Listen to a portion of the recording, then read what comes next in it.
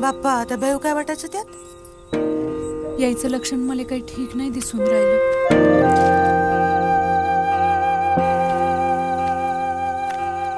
पहिल्यांदा होऊन राहिलं काही नेहमीच आहे. मग असा डिप्रेसपणा परवडते का आपल्याला?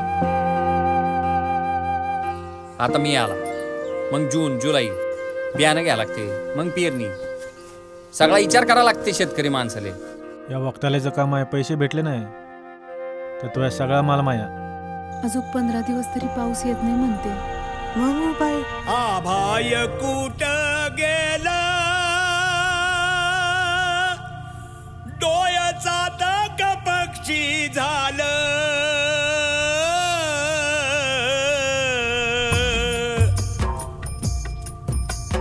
आभाय कुठ गेलं डोळ्याचा तक पक्षी झालं.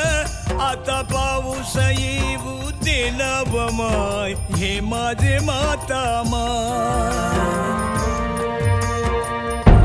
मारा माराय समधी मला तर वाटते आपण जगूनच काही उपयोग नाही.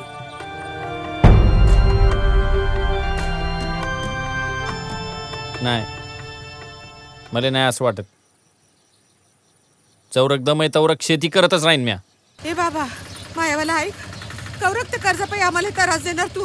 अहो माय जबरदस्ती करून राहिलो का? जेवढं कर्ज आहे तेवढंच तर नेऊन राहिलो ना. चल चल. मी बी तर तेच म्हणून राहिलो का आपण मेल्या बिगर काही हे शेती सोडत नाही आपल्याला.